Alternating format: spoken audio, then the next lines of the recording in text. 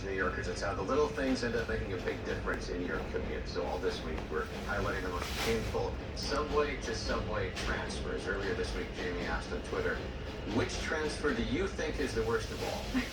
Nothing like asking New Yorkers to complain. Of course, we got a lot of Manhattan responses because almost every subway line ends up there. But we thought we'd focus on the Brooklyn responses today. The busiest stop there is Barclays Center at Atlantic Avenue. You've got the D, N, R, 2, 3, 4, 5, B, and Q trains all stopping here.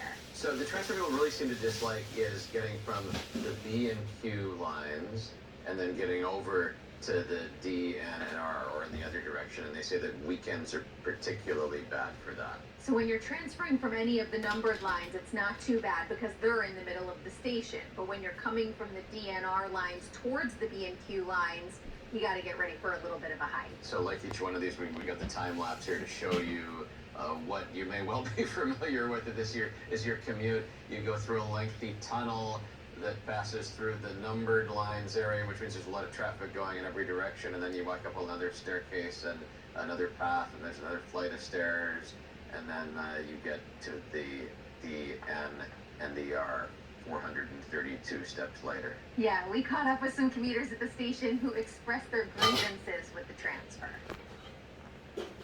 Changing at Atlantic Avenue has always been my worst situation, but that's why I prefer DeKalb Avenue, because it's one next to each other, that's the trains, but we gotta do what we gotta do.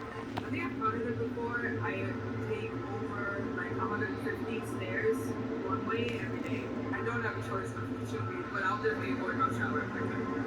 Okay, let's talk about stairs as we take you to another stop, 4th Avenue, 9th Street in Park Slope, and the stairs are the big thing here. F and G trains on an elevated platform, the R train underground. So the worst part of this one is that there's not an elevator or escalator to help you out on either of these platforms.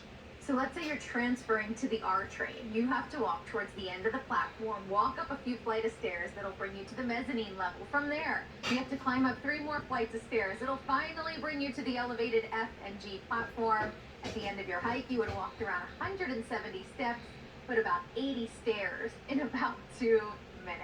Okay, let's do one more here. The G train, if you're taking it up toward Williamsburg and Greenpoint from those other parts of Brooklyn we were talking about, you would get to the Metropolitan Avenue and Lorimer Street stop. And this is only there's only 2 trains to transfer. You're either going from the G to the L or from the L to the G. Oh, so you think it's not that bad, right? That's all you've got. But coming from the G to the Manhattan L requires you to walk towards the end of the platform, up a flight of stairs, down a lengthy tunnel.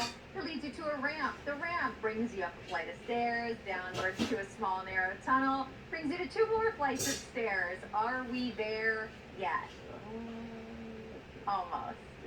Okay, we're getting there. I hope you didn't just miss your train in all of that. Jump into the conversation with us. We're going to show you more of the low light